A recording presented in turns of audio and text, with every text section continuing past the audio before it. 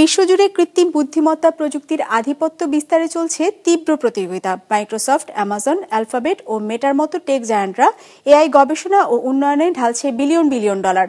বার্তা সংস্থা ব্লুমবার্গের পূর্বাভাস, 2025 সালে এআই সংশ্লিষ্ট অবকাঠামোতে $344 বিলিয়ন ব্যয় করবে কোম্পানিগুলো। ডেস্ক রিপোর্টে বিস্তারিত। ওয়ালটন এখন দেশের সীমানা পেরিয়ে পৌঁছে গিয়েছে 50টিরও বেশি দেশে। ওয়ালটন, ঘরে ঘরে বিশ্বজুড়ে। বিশ্বের শীর্ষস্থানীয় কোম্পানিগুলোর নজর এখন কৃত্রিম বুদ্ধিমত্তা বা এআই প্রযুক্তিতে।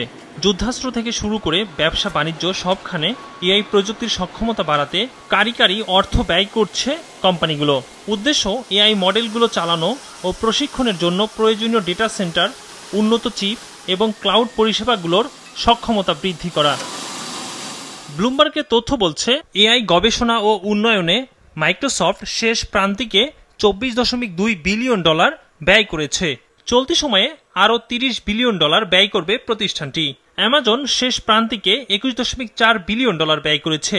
আর চলতি বছর অ্যালফাবেট এআই খাতে $85 বিলিয়ন ব্যয় করার জন্য অর্থ তুলেছে। প্রযুক্তি কোম্পানিগুলো তাদের এআই বিনিয়োগ থেকে ইতিবাচক ফল দেখতে শুরু করেছে। মাইক্রোসফট তাদের ক্লাউড ব্যবসা এজিউরের সক্ষমতা বৃদ্ধিতে বড় ধরনের পুঁজি বিনিয়োগ করেছে। তাদের আয়ের প্রতিবেদনে এআই এর ক্রমবর্ধমান ভূমিকার বিষয়টি স্পষ্ট।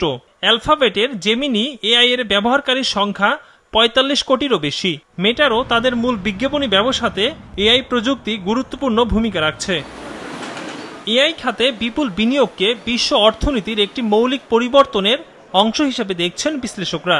এআই কেবল স্বল্পমেয়াদী প্রবণতা নয়, বরং আগামী দশকে ব্যবসা এবং প্রতিযোগিতার দৃশ্যপটকে সম্পূর্ণ নতুনভাবে সংজ্ঞায়িত করবে। ইকরামুল ইসলাম খান, বিজনেস রিপোর্ট, মাছরাঙ্গা টেলিভিশন।